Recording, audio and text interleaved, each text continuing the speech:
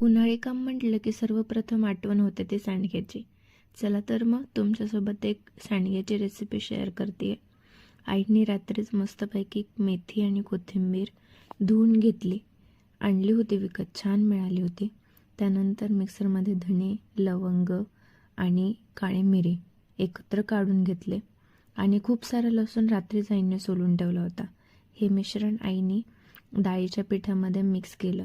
या डाळीच्या पिठामध्ये आईने मटकीची डाळ, हरभऱ्याची डाळ आणि थोडीशी लाखाची डाळ मिक्स केलेली आहे. सकाळी छान आईने कोथिंबीर आणि मेथी चिरून घेतली. त्यानंतर लसूण, मिरची, मीठ मिक्सरमधनं काढून त्याची बारीक पेस्ट करून घेतली आणि छान मिश्रणामध्ये मिक्स केली. नंतर हे सर्व मिश्रण आईने मोठ्या टोपल्यामध्ये काढून त्याच्यामध्ये बारीक चिरलेली कोथिंबीर, मेथी आणि सर्व एकत्र करून सर्व छानपैकी मळून घेतलं. चवीनुसार मीठही घातलं आणि थोडंसंच पाण्यामध्ये हे सर्व मिश्रण मळून घेतलं. हळदही घातली त्याच्यामध्ये.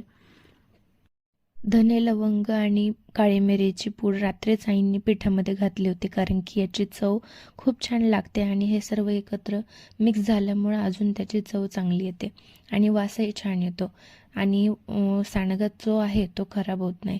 तर आईंनी हे छान असं पीठ मळून घेतलं. थोड्याशा पाण्यामध्येच मळायचं, नाही तर थोडंसं सैलसर होतं.